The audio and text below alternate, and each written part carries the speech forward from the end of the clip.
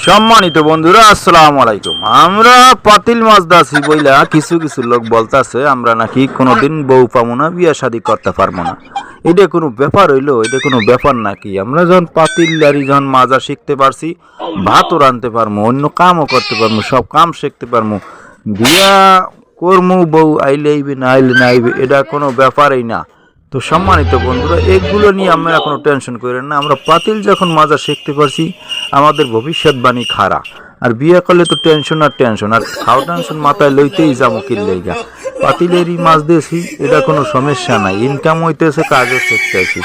বিয়ে করলে করলাম, না করলে না করলাম, কোনো ব্যাপারই না। সম্মানিত বন্ধুরা, আপনারা টেনশন লওয়ার মতো কিছু নাই, টেনশন লইয়েন না কোনো সময়ই। আমরা পাতিল মাছ দিয়েছি, এগুলো নিয়ে আপনারা টেনশন করেন না, কারণ পাতিল মাজার কাজ সবাই পারে না, এই জন্যই কিন্তু আমরা শিখছি পাতিল মাজার কাজ। যদি আপনাদের কারো শেখার প্রয়োজন হয়, নক দেবেন, খালি ফ্রিতে কাজ শিখিয়ে দেবো, কোনো ধরনের অসুবিধা নেই।